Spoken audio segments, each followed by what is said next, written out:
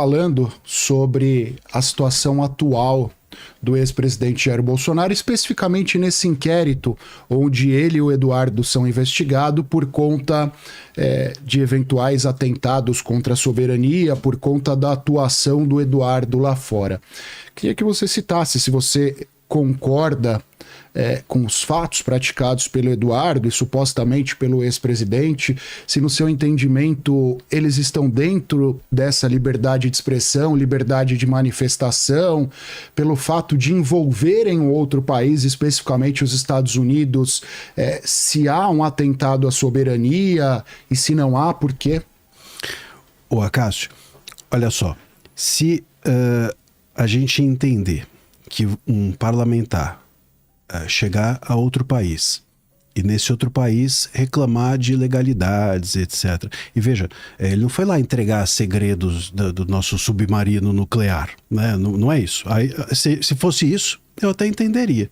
Porque a gente está aqui entregando segredos de guerra, se é que a gente tem algum segredo de guerra para entregar.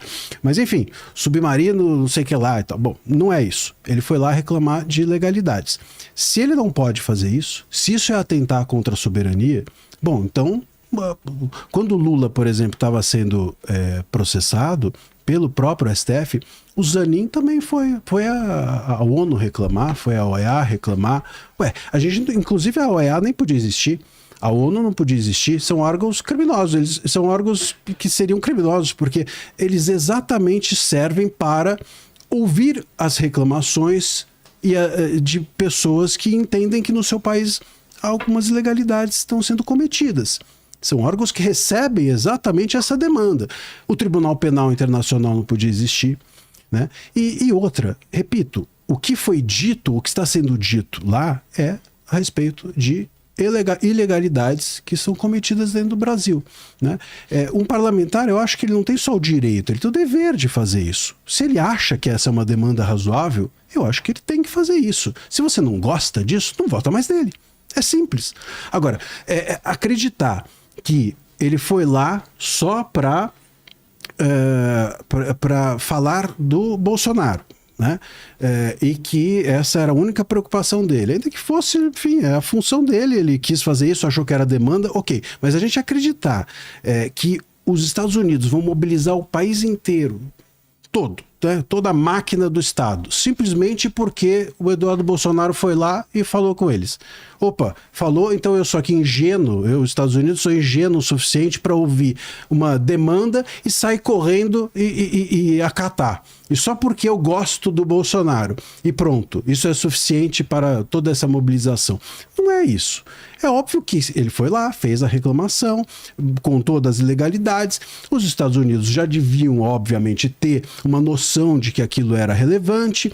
Tem a preocupação, essa é uma preocupação do Trump com a questão das liberdades, a perda das liberdades dentro das Américas, ou sobretudo na América Latina, que a gente é uma espécie, não gosto desse termo, mas é uma espécie de quintal dos Estados Unidos. A gente está aqui próximo do país, perdendo liberdades democráticas, perdendo liberdade de expressão, liberdade política, liberdade econômica. A liberdade de expressão é também um motor da liberdade econômica, a partir da fala que você tem livre iniciativa, que você pode fazer negócios e etc.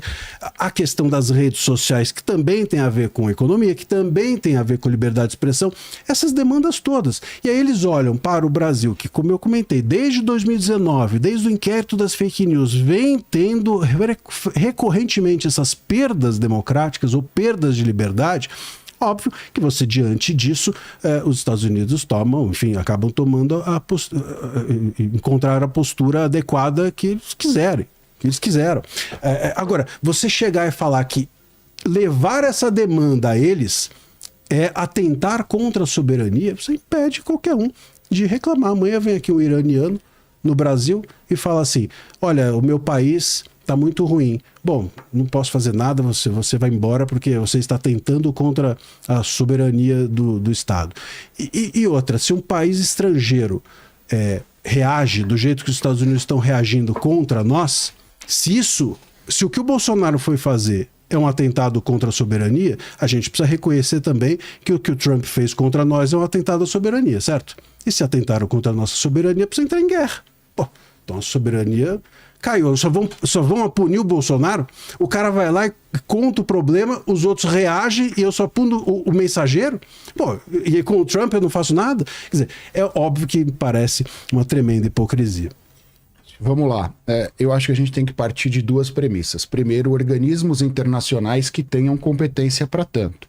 Acho que a ONU, Tribunal Penal Internacional, OEA, são organismos plurinacionais, multilaterais, que têm como finalidade intermediar eventuais problemas entre países ou até agir em relação a pessoas físicas que atentem contra determinados direitos. Você citou o direito de guerra, por exemplo, cujo julgamento é da competência do Tribunal Penal Internacional. Vide a situação do Putin, por exemplo, que é réu no Tribunal Penal Internacional. Então, acho que é válida essa reclamação, mas ela deveria ter sido feita diretamente nos organismos competentes para tanto. Por quê? Segunda premissa.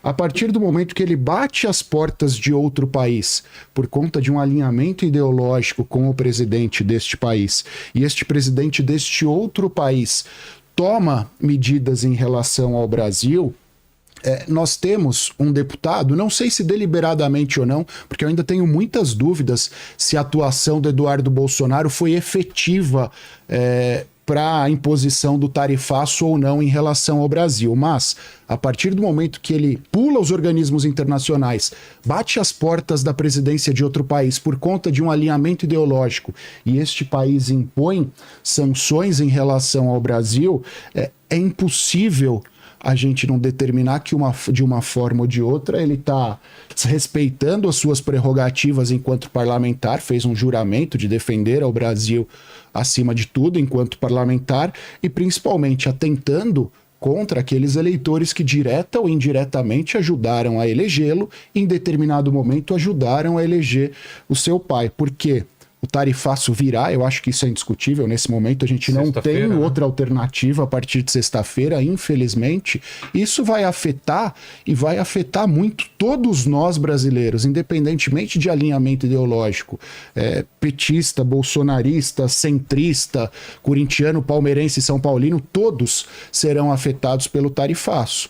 E, repito, nem sei se a atuação do Eduardo Bolsonaro foi efetiva ou não para sua determinação, mas a partir do momento que ele coloca a defesa dos próprios interesses e o do seu pai acima dos interesses do país, eu acho que há uma problemática no entorno de tudo isso. E essa problemática precisa minimamente ser apurada.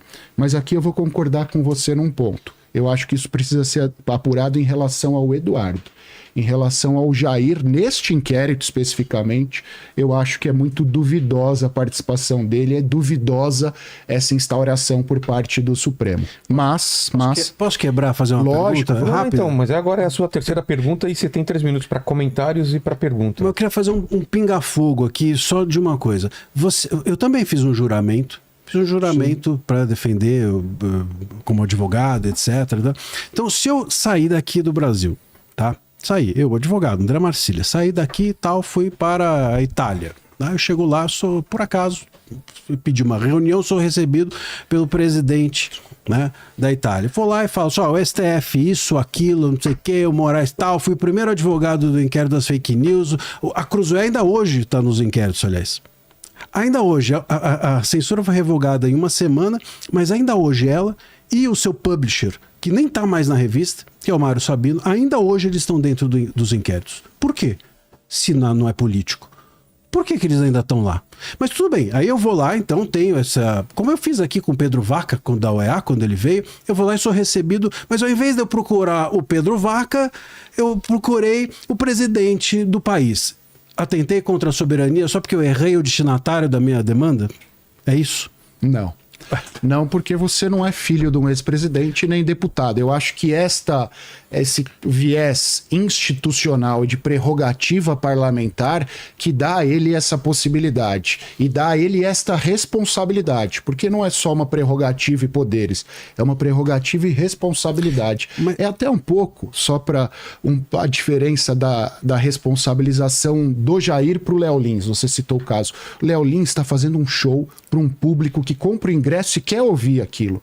O Jair, por conta da sua função institucional, presidencial, política, e a gente quer um presidente sério, acho que ninguém pensa diferente, a gente quer um presidente sério, no momento em que ele faz certas imputações, no momento em que ele faz certas ilações, no momento em que ele incentiva certas coisas, ele tem o poder de incutir essa ideia na cabeça de alguém. O Léo Lins não tem esse poder e qualquer outro comediante não tem esse poder. Eu acho que é essa a diferença que a gente tem em relação à atuação do Eduardo nos Estados Unidos e em relação à responsabilização do Jair aqui. Mas, a meu ver, exatamente o contrário. Quer dizer, um parlamentar, ele não só tem o direito, ele tem o dever de levar as demandas lá para fora. Veja, eu, advogado, se eu for recebido lá na Itália pela presidência, bom, quem é você? O que você está fazendo aqui? Agora, um parlamentar é exatamente essa a função dele. Qual é a diferença de você levar as demandas de legalidades que você entende haver dentro do seu país para um organismo, para o Congresso ou para a presidência de um outro país? Não existe absolutamente nenhuma diferença. Você tem o direito e o dever de denunciar aquilo que você, em nome dos que você representa, do teu eleitor, você tem o dever de representá-los onde for, dentro ou fora do país. Se você entende haver ilegalidades e você tem a chance de ser recebido por um presidente da República, se você se cala, eu acho que você trai o seu eleitor. Mas sabe qual é o ponto? E se o eleitor não gosta, ele não vote mais nele. É o eleitor que tem que ter essa percepção. E só uma coisa para completar também a respeito disso. A gente se foca muito na questão de o Eduardo foi lá e tal, mas ele é filho de um réu. Mas esse processo, essa questão, não é sobre o Bolsonaro só. O Bolsonaro é símbolo disso, mas ele é consequência e não causa. Veja, todas essas ilegalidades que estão sendo hoje reclamadas na conduta do STF já estavam aqui. Eu fui o primeiro advogado. Eu vi, a gente não teve acesso aos autos lá em 2019. Não teve acesso aos autos, até hoje eu não tive acesso aos autos. Vilela, chegou um momento... Então por que não tem acesso? Porque eles não dão, eles não permitem. Eu ficava acompanhando lá no site do STF, aparecia decisão. Aí você ligava pro gabinete e falava assim, olha, é do meu cliente, se for a gente te avisa. E aí eles te mandavam, eu até mostro no livro, por exemplo, eu recebia WhatsApp. Olha aqui uma decisão, está intimado. E por WhatsApp, o gabinete do ministro. Era dessa maneira que a coisa acontecia. Eu, por exemplo, como eu disse, até hoje, eles estão dentro dos inquéritos, não saíram. Chegou um momento que a revista teve os seus leitores investigados. E sabe como eu descobri isso? Porque uma vez me mandaram uma decisão e mandaram mais coisa do que deviam. E erraram o envio e eu recebi... Ainda bem que não era um nude, né? Exatamente. Mas, por exemplo, eu recebia coisas às vezes e descobria ali que tinha alguém sendo investigado, ligava falando, você sabia que você está sendo investigado? Não sabia. Então, era dessa maneira que era isso 2019. Então, quando a gente olha para o caso Bolsonaro, e ali também era liberdade de expressão, era liberdade de imprensa, era uma capa de uma revista que saiu falando de um ministro do STF. Quando eles investigaram os leitores, eles estavam investigando os leitores porque a imputação era a seguinte, que os jornalistas estavam estimulando os leitores a falarem mal dos ministros. É nesse lugar que a gente vive há 6 anos. Então, quando a gente olha para o Bolsonaro, ele é o símbolo visível, porque ele hoje está sendo... A ele está sendo imputada essa série de coisas. Mas o Brasil não está mal agora. O Brasil está mal há 6 anos em termos de direito. A politização do STF do direito tem acontecido desde lá. E é disso que se foi lá fora reclamar. Ele não foi lá falar apenas do pai. Ele foi falar do estado de liberdades que nós temos aqui no Brasil. E é também muito ingênuo acreditar que simplesmente o Trump ia reagir porque gosta do Bolsonaro. É porque ele vê que as nossas liberdades estão sendo perdidas desde então. Esse é o ponto. É que as pessoas começam a criar uma narrativa de ele foi lá pedir pro pai e o Trump ajudou porque gosta do Bolsonaro. Essa é uma narrativa fácil digamos assim, da esquerda, sobretudo, porque pega, É uma maneira de você dizer, só é um negócio menor, é um negócio pequeno. Mas todos nós, da classe jurídica e jornalista, temos sofrido isso há 6 anos dentro do Brasil. Vamos lá, o Eli Galdinho, ele fala assim... Quando o Eduardo Bolsonaro falou que isso é pelo pai dele e não pelos presos de 8 de janeiro, como você interpreta essa fala? E é realmente possível dar um golpe militar sem apoio militar? Vamos lá, começando pelo final. É impossível dar um golpe militar sem apoio militar, naturalmente, mas você pode dar um golpe institucional e ter apoio de outras forças. Acho até, diante do que é apurado no inquérito do 8 de janeiro, inclusive diante de confissões que foram feitas essa semana, que as Forças Armadas não eram uníssona em apoio ao Bolsonaro, especialmente os oficiais, o oficialato. Mas havia uma parcela das Forças Armadas que concordava com isso e havia uma parcela da sociedade que concordava com isso. Então, o golpe não se dá exclusivamente através das forças militares. É possível haver um levante civil. Nós tivemos a Primavera Árabe em vários países árabes no início da década passada, por exemplo. Então esse levante não é só militar. E os tipos penais que falam do golpe de Estado não exigem, para sua configuração, a atuação de qualquer força militar. Segundo ponto, ele perguntou também da questão do Eduardo Bolsonaro e do 8 de janeiro. Ele deixou isso muito claro, e por isso que eu acho, repito, que a situação dele se complica. Acho até que seria legítimo se ele estivesse lá em prol dos condenados do 8 de janeiro, porque são brasileiros que não são o pai dele. Então ele estaria lá representando uma parcela do eleitorado, mais uma parcela ideológica, mais altruísta e no sentido de representação pública, efetivamente. Porque eu acho que de uma autoridade pública a gente não exige só altruísmo. Pelo contrário, há momentos que ele toma decisões impopulares, mas são decisões necessárias para o bem da nossa sociedade, para o bem do nosso país. Então acho que, repito, tivesse lá em prol dos condenados do 8 de janeiro, seria mais legítimo que em prol do pai dele, o que o nosso próprio espectador disse que ele falou. Comentários. Eu acho que esse é um caminho possível. Ok, eu acho que ele não tem, a legitimidade dele é maior ou menor se fosse ou não fosse relativo ao pai, ou se o pai dele tivesse ou não nisso. Tudo bem, essa é uma boa razão para você votar ou não na pessoa, e não para você simplesmente acusar ela de atentar contra a soberania. Então, quer dizer, se o pai não tivesse lá, aí é função do parlamentar, tranquilo. Se o pai, como o pai estava lá e é atentado contra a soberania, você percebe a desproporção a que a gente vai chegando? Quer dizer, esse é disso Sim. que eu tô falando. A desproporcionalidade, ela é uma das questões que nós estamos aqui discutindo no emprego de uma lei para fazer política e não para fazer algo jurídico. Eu me apego nisso, Marcília? Pô, se a gente olha para a Constituição 37, 5 princípios regentes da administração pública, um deles é a impessoalidade. No momento em que ele fala do pai e não dos condenados do 8 de janeiro, ele não está agindo de forma impessoal, ele está agindo de forma personalíssima. E aqui a gente não está nem discutindo se a razão é legítima ou não é legítima. Estou falando do fato dele misturar o pai dele nesse contexto. Por isso que eu dei o exemplo do Tiririca. Se o Tiririca fosse lá com a mesma bandeira, com os mesmos fundamentos, defendendo o Bolsonaro, dizendo que o Supremo usurpa das suas funções, eu acho que aí teria legitimidade e não teria essa responsabilização toda, porque ele está agindo em prol do país, seja qual país que ele quiser. O Bolsonaro não, é difícil, Eduardo, é difícil a gente separar o que é pessoal, o que é parlamentar, o que é em prol da família e o que é em prol do país. Tudo bem, então ok, vai lá, o 37 ele não cumpriu a impessoalidade, ótimo, então vamos pensar em poder processá-lo por isso. O que é improbidade, mas a gente não está fazendo isso. O Brasil está processando, está imputando a ele uma acusação de atentar contra a soberania. Como eu falei, é como se a pessoa... É um crime de guerra. É o cara pegar e encontrar o submarino nuclear e mostrar o mapa aqui, né? A localização e não sei o que, vai lá e afunda o navio. Quer dizer, é nesse lugar que esse artigo que a ele está sendo imputado está. A gente não está simplesmente dizendo se é legítimo ou ou se ele agiu de acordo.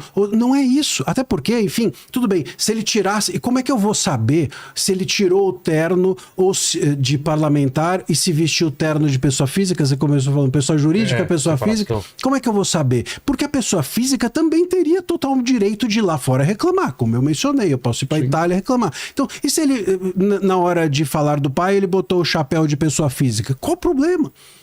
Ele é parlamentar e pessoa física ao mesmo tempo. Não existe essa separação concreta ou nítida. E, de novo, a gente está imputando a essa pessoa uma acusação de um crime de guerra. É nesse lugar que eu penso a desproporção e não posso aceitar. Como advogado mesmo, porque se isso for possível para ele, e não é nem por ele, eu não sou advogado dele, nem conheço, nunca vi. Agora, se isso for permitido a ele, amanhã será permitido a qualquer um. Mas aí acho que tem um ponto, é um inquérito. O inquérito apura fatos. A gente não tem uma vinculação a essa capitulação jurídica. Não significa que ao final do inquérito a Polícia Federal vai dizer, olha, vai dizer, mas aí por ele estar foragido no local dos fatos. Também concordo que essa questão da prisão é bem discutível. Mas, enfim, a capitulação não é vinculante. Eles podem apurar estes fatos. Pode falar com o pai. Eles podem apurar esses fatos e lá no final olharem e falar, pô, não cometeu crime nenhum, é uma improbidade. Capitulação é o crime. Você pratica um fato, eu vou capitular. Falar, ó, o seu fato, o seu ato corresponde a tal crime. Então, o inquérito, toda ação penal, ele apura determinados fatos. E aí, você pode, ao final, falar que esses fatos são o crime A, o crime B, o crime C. Eles usaram essa virtual capitulação do crime de atentado contra a soberania. Mas lá no final eles podem falar, pô, não é nem crime, é uma improbidade. Mas, Cássio, qual final? Prevaricação. Qual final? A gente está 6 anos nos inquéritos.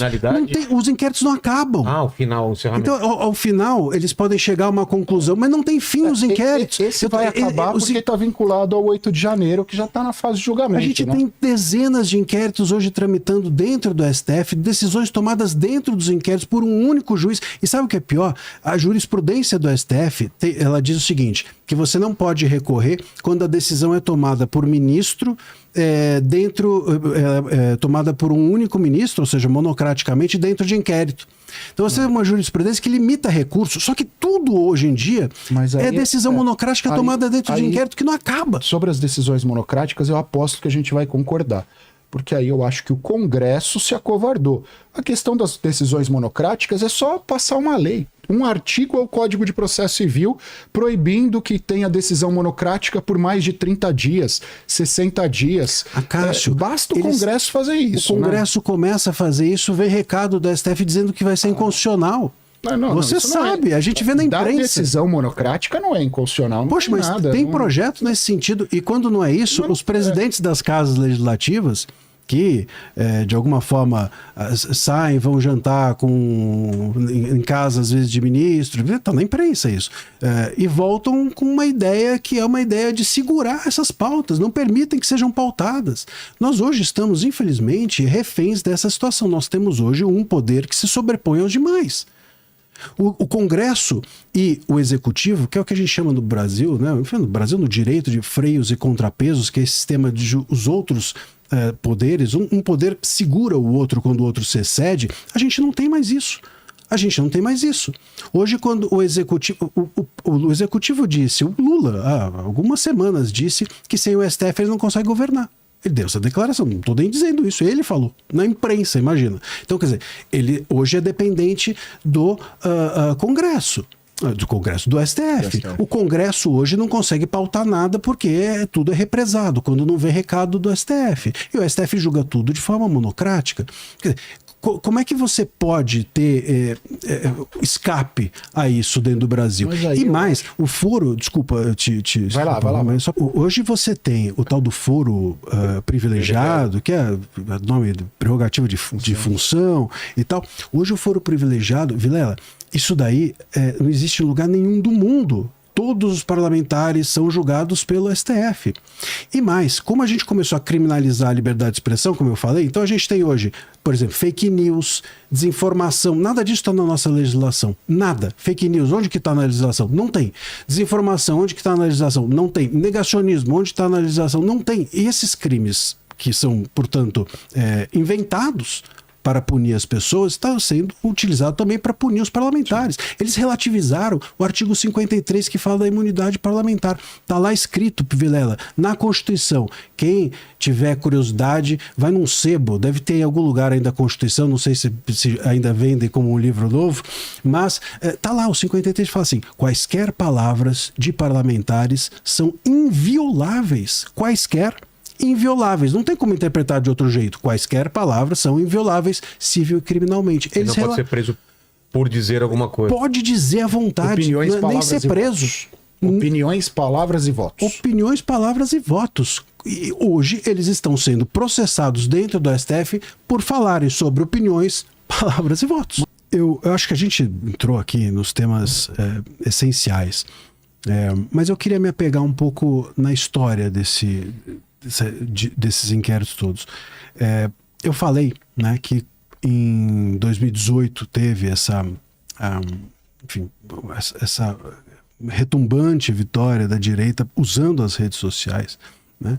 E foi ali que também começou o inquérito das fake news. E foi ali que esse tema de fake news começou a ser tratado. E, curiosamente, se você olhar um pouquinho para trás, foi justamente nesse momento também que houve que a Lava Jato, que estava ainda dando seus passos, ela começa a chegar ou a querer ou a insinuar que ela poderia em algum momento chegar no judiciário, né? Tanto que o inquérito das fake news não começa com o caso Cruzoé. Ele começa com uma entrevista dada por um procurador da Lava Jato dizendo que o STF estava fazendo uma espécie de manobra, vamos dizer, política, quando passava os casos do STF para a Justiça Eleitoral, porque a Justiça Eleitoral era a época mais branda, menos severa, punia menos. Então, ao fazer isso, seria uma espécie de manobra. Essa entrevista dele é que fez com que o inquérito fosse aberto. E daí por diante, nós passamos a ter esse polvo político que, enfim, de alguma maneira permeou aí o Brasil até hoje. Até hoje. Eu não vejo como a possibilidade disso ter fim. Não vejo como nós temos a possibilidade de ter fim e não vejo como a liberdade de expressão ter alguma chance dentro do país se nós não dermos um fim a esses inquéritos. É disso que se trata. Esses inquéritos precisam acabar. Esses inquéritos todos precisam acabar. O STF precisa recuar. Veja, volto à última decisão da praça, né?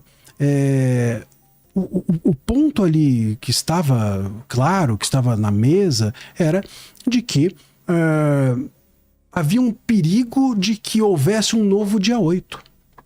Pô, pelo risco de haver um novo dia 8, você restringiu o direito às pessoas se reunirem, se manifestarem. Bom, pelo risco de um novo dia 8, você vai permitir que as pessoas usem as suas redes sociais, se isso for tido como ameaça, você vai impedir que as pessoas entrevistem as outras, se isso for visto como uma ameaça.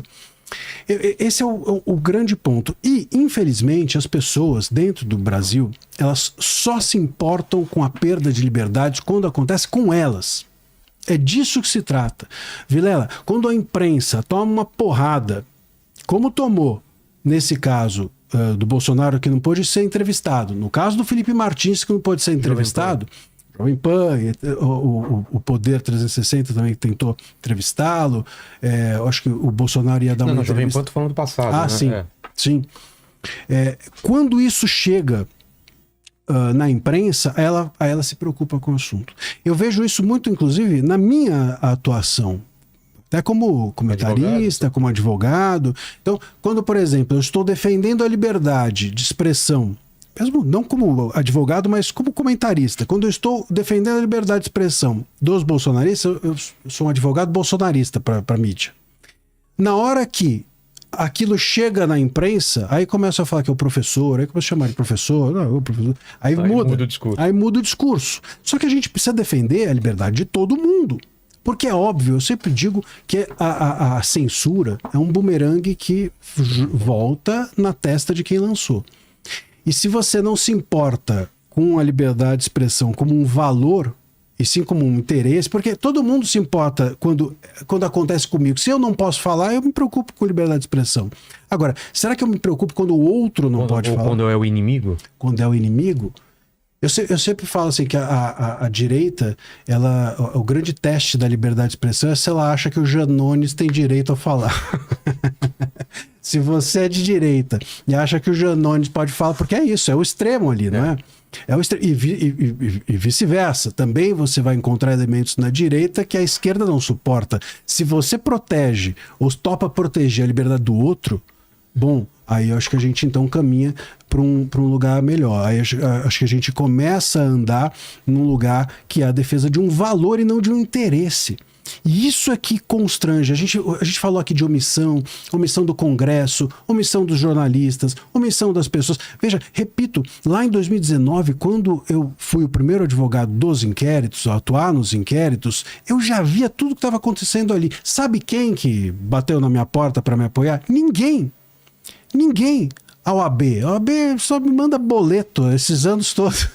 Boleto e também me segura. Às vezes que eu já tive, para você ter uma ideia, me convidaram já uma comissão uma vez de uma OAB lá de Brasília, me convidou para uma palestra e quando subiu para a direção lá da OAB, eles cancelaram a palestra. Por quê? Então, sei lá, mas imagino que não queriam me ouvir.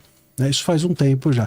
Então, assim, se a própria OAB não te apoia, se a própria imprensa muitas vezes faz vista grossa quando é com os bolsonaristas e fica esperando bater na porta dela, cara, hoje é com o bolsonarista, amanhã vai ser com você.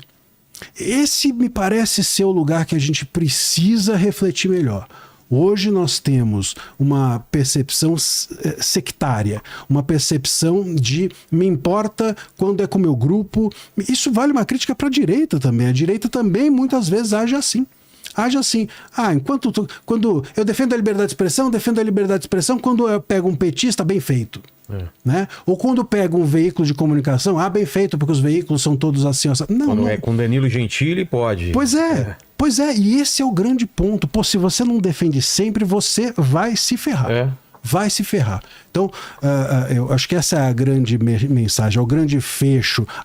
Os bolsonaristas agora estão sendo processados no processo do golpe, então, maravilha, xadrez deles, Xandão, não sei o quê, aquelas coisas, gostoso demais, aqueles memes, isso, aquilo. Tá, aí quando acontece com a Dilma, foi golpe. Aliás, esse negócio, eu estava outro dia num debate e falei, esse conceito de fake news, o que é fake news? Eu estava conversando e era um debatedor de esquerda e ele me disse assim, fake news é quando você tem um sentido literal e você perverte esse sentido literal. Ou seja, quando você sai do literal, é fake news. Eu falei, bom, então falar que foi golpe da Dilma é fake news, porque ela foi impeachmentada, não foi golpe. A gente usou a Constituição. Mas foi uma perversão. Bom, cara, aí é outra história. Mas é o seguinte, se você acredita que saiu do literal já é fake news, então não pode dizer que a Dilma sofreu golpe, que é o que a esquerda o tempo inteiro faz. Aí quando você fala que o Bolsonaro, o processo dele é político, a esquerda vem dizer, olha só, STF, @STF, e tenta descredibilizar aquela visão. Então, enquanto a gente não entender que esses valores são de todos nós sem dúvida alguma, vamos ficar pastando, Vilela, Acácio, toda a audiência, vamos ficar pastando em busca de penalizar os nossos inimigos e quando chegar na nossa testa o bumerangue, já foi tarde.